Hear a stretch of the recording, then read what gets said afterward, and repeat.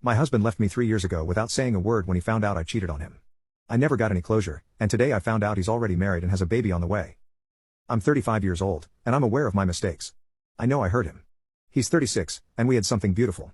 He's still the love of my life. We were together for 10 years, 2 years as boyfriend and girlfriend, and 8 married. I made one big mistake and cheated on him. It was just one time, only once. Somehow, he found out. I never knew how, because I haven't been able to talk to him since, but I guess he found something on my phone.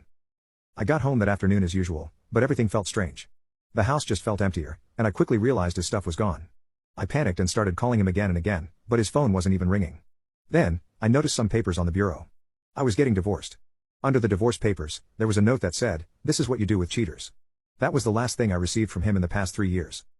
I called the contact information for his lawyer, who has been the only bridge between us, but he just told me he was my husband's legal representative and that my husband didn't want to see me. I cried. I got mad, but in the end, his lawyer just told me it would be better if I hired my own lawyer. But I didn't want to do it. I absolutely refused to accept that 10 years of our relationship would end like this. I know I failed, but I always wanted to resist.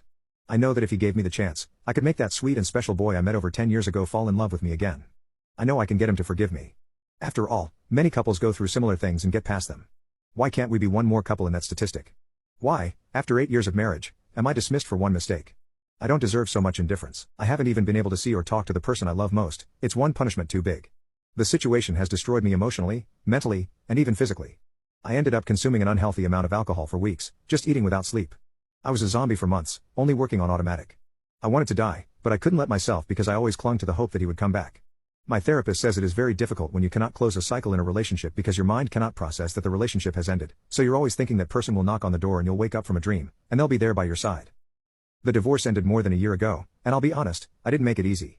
I didn't want a divorce, and I still don't understand how we could divorce. I asked for couples therapy, but he refused.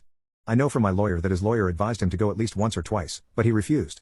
It took a long time, but finally, the divorce happened.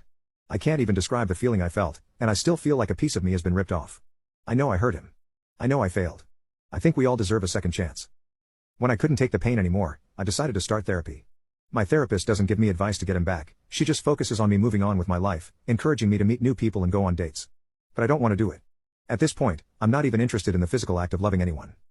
A few days ago, something happened that completely destroyed me. I was having a few beers with my friend, let's call her Nikki. We were both pretty drunk, and I started talking about my husband. She told me I should try harder to get over it. She said, "He's over you, and he's happy having a life away from you. You should do the same.